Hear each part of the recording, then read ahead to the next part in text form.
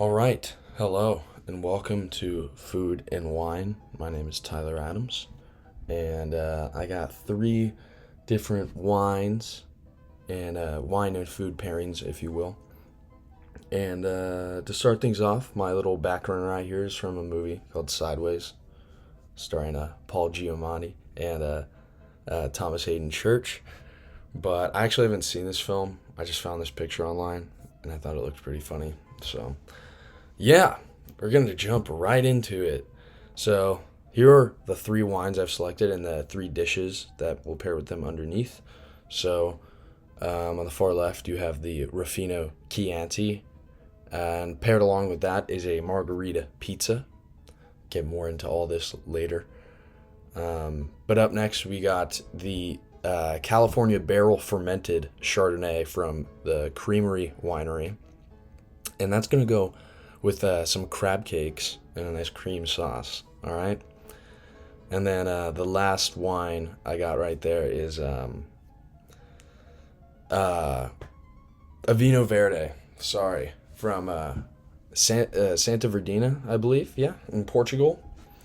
And that's gonna go with sushi, which I know might sound odd, but I think it'll work. I think it's going to work. But just starting right off the bat, so this is our first pairing. We got the Rufino Chianti and a margarita pizza, which the to begin the Chianti is it's pretty cherry and like berry dominant, like kind of darker fruit dominant in terms of the flavors and aromas. There's some earthiness in there as well. Oh, I forgot to mention, all of these wines I have tried, and I've tried all the foods as well, but I haven't tried any of these together. But all the wines I have tried, I have tasted these wines. And so they're all relatively cheap. So you're welcome in advance. But yeah, so this Chianti, very berry, very cherry, if you will. And yeah, like I was saying, there's some like earthiness to it as well, which I find pretty pleasant. The acidity is like pretty medium, but the tannins are on a bit of the lower level. I talked about that previously in my I did this wine for my wine tasting. So yeah, lower tannins, which yeah, I don't know. I think because this is such a simple dish, like the pizza, it's literally like one of the most basic pizzas. It's like basically just tomato sauce, the dough, like crust, whatever, um, like some mozzarella on it. You got some in this picture. You got some tomato, some basil. It's like a fairly simple pizza, and I think this is a fairly simple wine as well. But I think the acidity from the wine and the tomato sauce, I think, will help each other. I think it'll kind of accentuate the flavors, if you will. Um, Along with the earthiness in the wine, like I was talking about earlier, goes well with things like I think the tomatoes, like fresh tomatoes, and then the basil as well. I think that would pair extremely well. It's from Earth, so. Um, but lastly, I think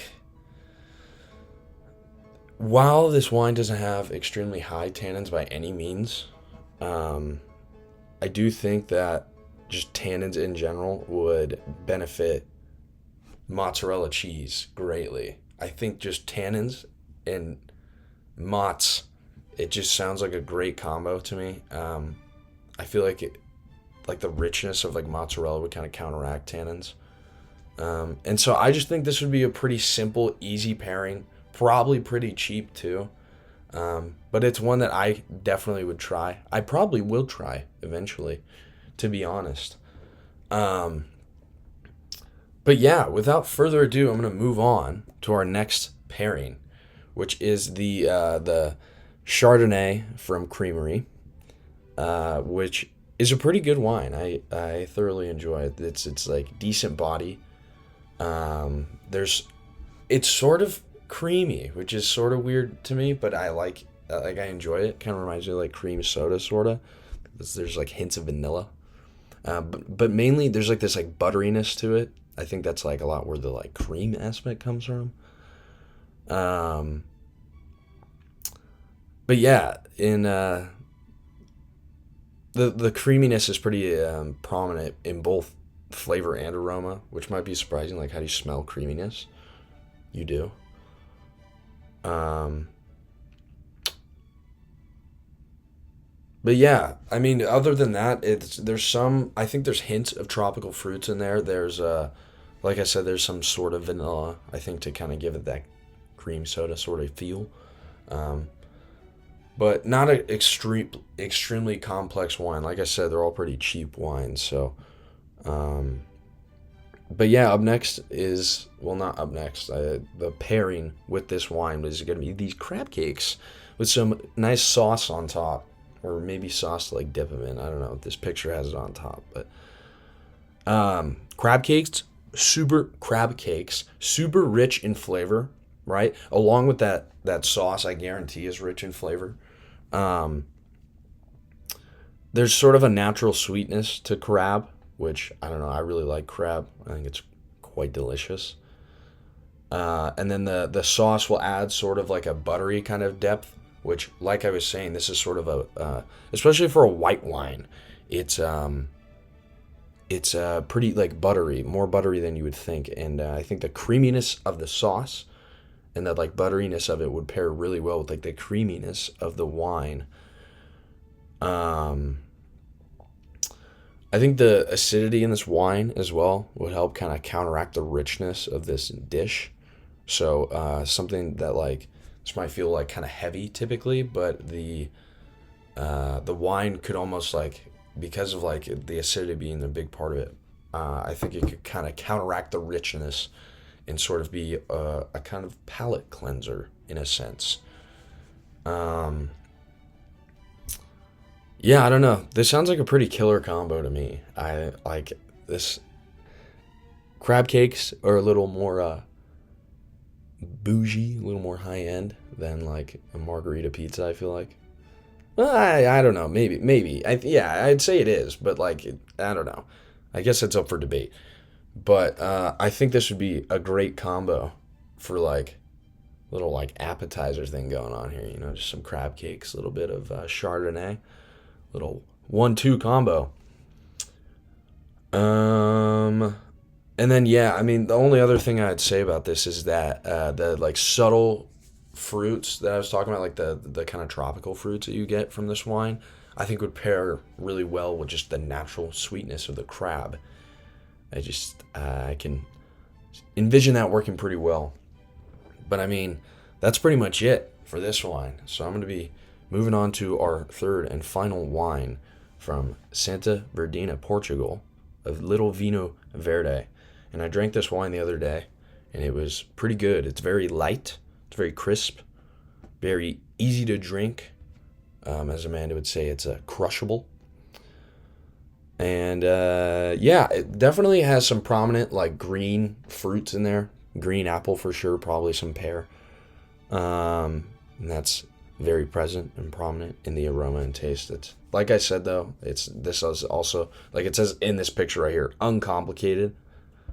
It's not complicated, but far from simple. Can't forget that.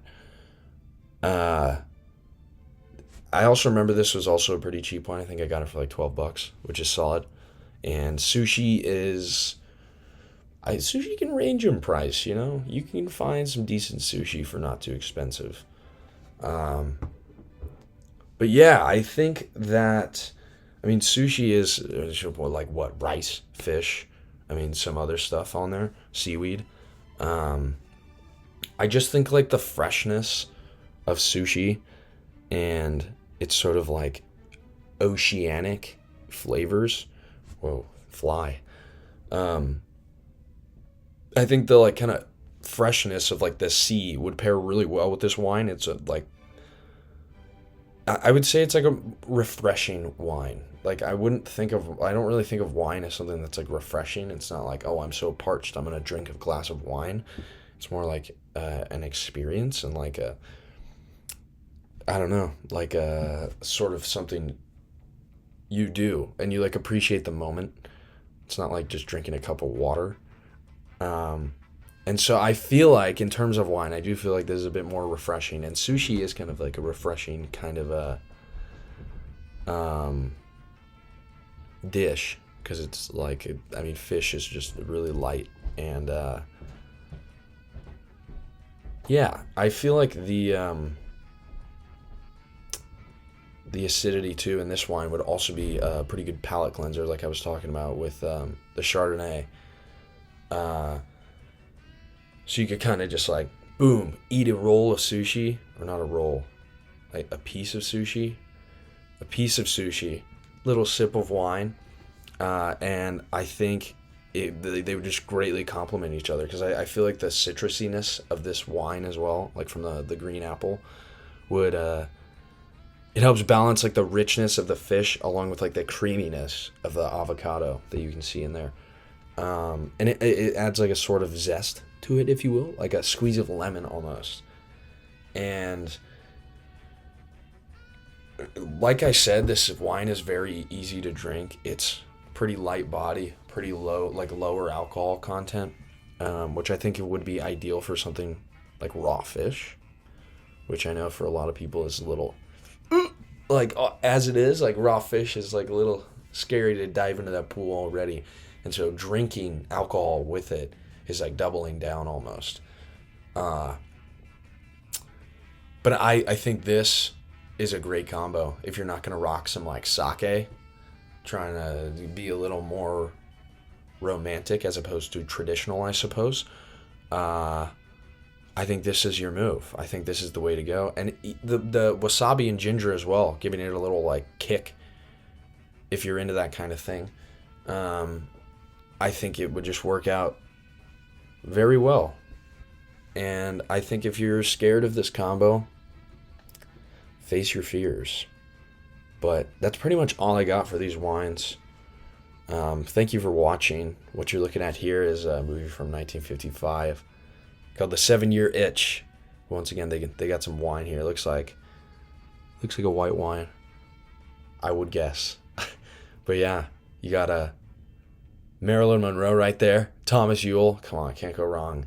It's good stuff. But thanks again for watching. My name is Tyler, and these are my food pairings. Thank you.